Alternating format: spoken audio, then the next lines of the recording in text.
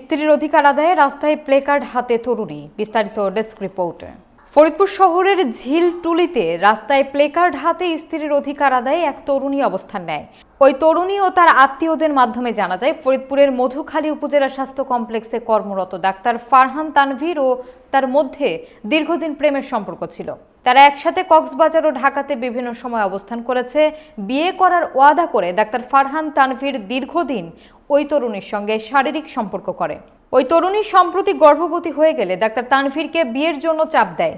Doctor Tanvir তাতে অস্বীকৃতি জানালে ওই তরুণী ডাক্তার তানভীরের গার্জিয়ানকে জানান এবং মামলা করার প্রস্তুতি নেন। এতে ডাক্তার তানভীরের পরিবার ওই মেয়ে ও ডাক্তার তানভীরের দ্রুত বিয়ে দেয়, কিন্তু সংসার করতে বা বাসায় উঠতে দেয় না। ওই মেয়ে বাসায় গেলে তাকে মারধর করারও অভিযোগ পাওয়া যায়। পরিবারটির বিরুদ্ধে ডাক্তার তানভীরের বাবা মোহাম্মদ আক্কাস আলী ডিসি অফিসের সাবেক কর্মকর্তা এবং বর্তমান অ্যাডভোকেট হওয়াতে নানান রকম কূটকৌশলে ছেলেকে আড়াল করে মেয়েকে তাড়িয়ে দেওয়ার পায়তারা করেন, এমনটাই অভিযোগ মেয়ের পরিবারের। তাই বাধ্য হয়েই ওই তরুণী প্লেকার্ড হাতে ডাক্তার ফারহান তানভীরের বাসার সামনে রাস্তায় অবস্থান নেয়। উল্লেখ্য, ডাক্তার ফারহান তানভীর অ্যাডভোকেট আক্কাস আলীর ছেলে এবং মধুখালী উপজেলা স্বাস্থ্য কমপ্লেক্সের মেডিকেল অফিসার। তার ডাকনাম তানজিম। ইতিপূর্বেও ওই ডাক্তার বিয়ে করেছিলেন এবং বিভিন্ন নারী কেলেঙ্কারির জন্যই তার বিবাহ বিচ্ছেদ ঘটে বলে জানা যায়।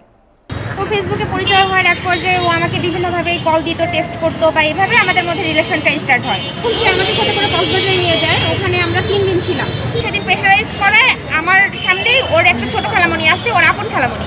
সেই খালামণি আমার বাবার সাথে কথা বলার পরে তারা বলে যে হ্যাঁ ঠিক আছে, মেয়ে যেহেতু যাচ্ছে, ছেলেও যেহেতু যাচ্ছে, আমরা বিয়ের ব্যাপারে কথা বলি। সেও কখনো বলে না যে বিয়ে করবো না। তখন আব্বু সেটাতেও রাজি হয়। রাজি হওয়ার পরে ফরিদপুরে 18 তারিখে আমার বাবা আসে, মামা আসে, আমি যাই। ওখানে টেপাখোলাতে বাঙালিয়ানা রেস্টুরেন্টে বিয়ের প্রোগ্রাম করা হয়।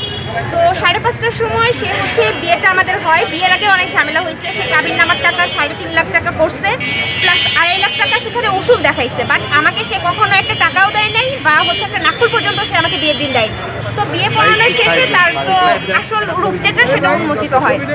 বিয়ে পড়ার সাথে সাথেই সে একটু পরেই আমাকে বলতেছে যে তুই তো ডাক্তার, তোর বাবাও একটা ভালো পজিশনে আছে, তো বিয়ে তো এভাবে হলে হবে না। তুই আমাকে তোর বাবাকে বলবি একটা গাড়ি দিতে, গাড়ি না দিলে তোকে আমি নিব না।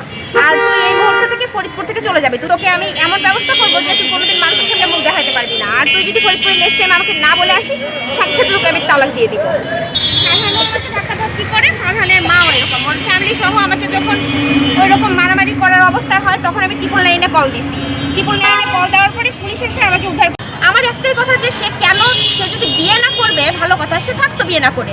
সে বিয়েও করলো ফ্যামিলি নিয়ে। বিয়ে করার পর মুহূর্ত থেকে সে আমার সাথে যে এরকম আচরণটা করতেছে, এটা কি সে কতটুকু ঠিক করতেছে? আমি তো এরকম কোনো কিছুর জন্য বিয়ে করিনি। যে মেয়ে বিয়ের পরে একটা দিন তার হাজব্যান্ডের সাথে থাকলো না, 5টা মিনিট থাকলো না, সে কোন ইস্যুতে আমাকে ডিভোর্স দিবে? আমার এটাই কথা। আমি এখানে তার ওয়াইফের মর্যাদা হিসাবেই আসছি, এটাই।